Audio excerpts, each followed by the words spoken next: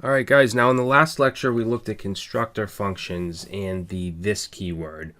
I also pointed out that the date object that we used also used a constructor when we said new date and then whatever we put inside as a parameter or an argument and so on. So there's other core objects that have constructors as well in JavaScript, but most of them are not advisable to use.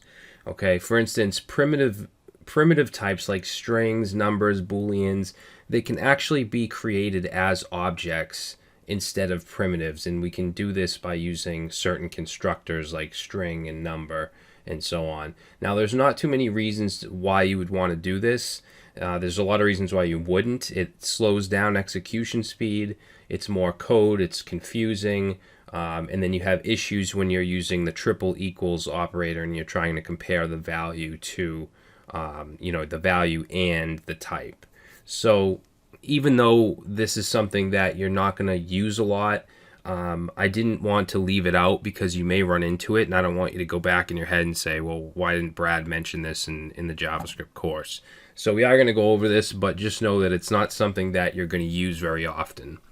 So let's start with strings. Okay, so when we create a string, we just say, I'm going to call this name1, and we would just set it to a string, just like we've been doing. Let's call him Jeff. All right, so that just sets a primitive value to this variable. Now, we could create this string as an object if we want. So I'm going to call this variable name2, and I'm going to set it to the new keyword, which calls a constructor, and then we're going to call string like that. And we'll pass in Jeff. Okay, so if I console.log name1, we just get Jeff, we get our primitive value. If we console log name2, we're going to get that string as an object. And you can see it just gives us the primitive value as the key and then Jeff as the value. And it gives us this 0j for each letter of the string, or each character of the string. Now, one thing we can do when we use this as an object is we can add properties to it. So for instance, we could say name2.foo equals bar and save, and now you can see it has a property of foo and a value of bar. Now, there's not too many reasons why you would want to do something like this, but just know that you can.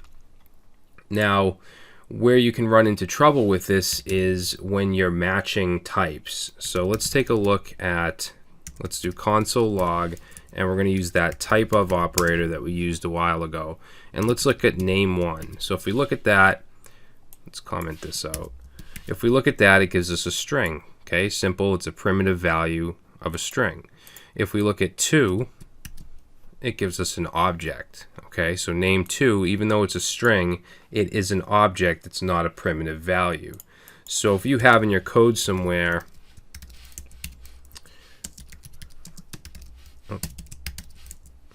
let's say if name, we'll do if name1 first of all is equal to triple equals to Jeff, then let's console.log yes, and if else, then we'll console log no. Alright, so if we save that, we get yes. So name1 is equal to the string of Jeff. Now let's change this name1 to name2 and save, and we get no. Okay, and the reason for that is because we're checking to see if the value is Jeff, which it is. Name2, the value itself is Jeff, but the type is not equal to a string. Okay, so it's not equal to the string of Jeff. Now, if this were a double equal sign, then we'll get yes because it's just checking the value of Jeff. It's not checking the string type, which that's what it is when it's surrounded in quotes. Okay, so that's where you can run into some issues by using this format here. So you're not going to see this too much, but you might run into it, and I just want you to know what it is. Okay, it's basically a string, but it's an object. It's not a primitive value. Now I just want to run through and give you some examples of some of the other constructors and also just the normal way of creating things like numbers. So we would say const num1 equals 5. Okay, very simple, gives us a primitive number. But we could also do const num2 equals new number 5. Okay, and if we were to console log num2, we get this number object. And if we were to try to look at the type, we get object, not number. All right, we can do the same thing with Boolean. So usually we would say true or false, but we can also say new Boolean true. All right, and if we look at console.log of that bool2 value, we get an object. Okay, if we look at type of, we get an object. Now we can also do this with functions.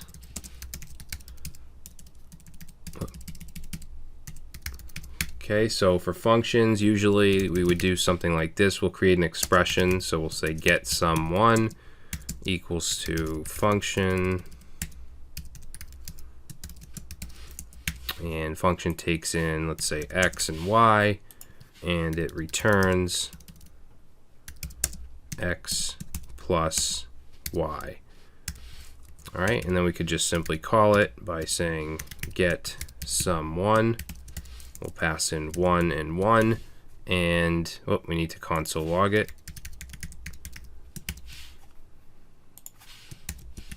And we get 2. Now we could use the new keyword here and use a constructor as well. So we'll say get sum2, set it to new function, which looks very weird, but we could pass in inside quotes num1, or actually let's not use num1, let's use x and y like we did. So x,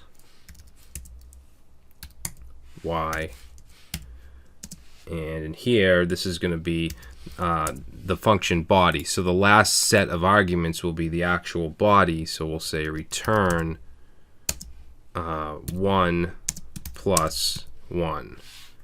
So now let's go down here and let's change it to get sum2, and we get 2.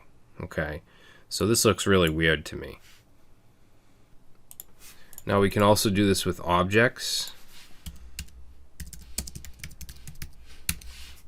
Okay, so if we were to say, normally we would do like, let's do John equals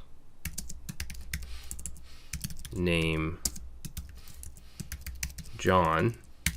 Okay, so that's fine. We can console.log John. But we could also do const John2. Actually, we'll call this one John1. And we could do new object and then wrap in here name John. All right, and if we console log John2, you can see we get the same thing. All right, so I mean, there's not much difference here, but obviously this is easier. But it's not like we're doing primitives up here where it's actually not using a primitive, it's using an object. Same thing with arrays, and I think I already showed you guys that you could use this way, but normally we would do, let's say array1 equals, and we'll set us some brackets, put some numbers in there, but you could also do const array2 and set it to new array like that, and then pass in your value. All right, and if we want to console log array2, there we go. Array1 will give us the same thing. Okay, so that's arrays. Now we also have the regexp constructor, and this is for regular expressions. Now we haven't gone over regular expressions yet, so you're probably not going to understand what's going on here, but if we wanted to create a regular expression, what we would do is wrap it in 2 forward slashes, and then put the expression. So what I'm going to do in this case is put a \w, which represents a word character, and then I'm going to put a plus. So this expression means that we're looking for a word character that occurs one or more times. So that's an easy way to do it, but you could also do new regexp, and then you could pass the expression in here. Now, if we were to do /w plus like that and save, let's go ahead and first console log re1, and we get our expression, okay, wrapped in these slashes, these forward slashes. If we were to do 2, now remember it's just this, it's \w plus. Let's look at 2, and we just get w plus. We don't get our backslash, and we need that. So when you use regexp like this, you actually have to escape your characters like slashes, and you escape with a backslash. So we would actually have to do this to get the same as this. So if I save it now, you'll see we get the backslash. All right, and this may be confusing to you because we haven't gone over regular expressions, but just know that you do have to do your escaping when you do it this way, and you don't when you just wrap it in forward slashes. All right. So, I mean, you know, there's not too many uses for this, for doing it this way. I would suggest, you know, creating your primitive values as you normally would. The arrays and objects and so on, I mean, it's not going to really hurt you, but it does slow things down. The execution time will be a little slower, so you generally want to stay away from this kind of thing, new object, new array, and stick to this method. All right, but like I said, I did want to mention it just so you guys know that these are available. All right, so in the next video, we're going to jump back into object-oriented programming, and we're going to take a look at prototypes, which often confuse many people.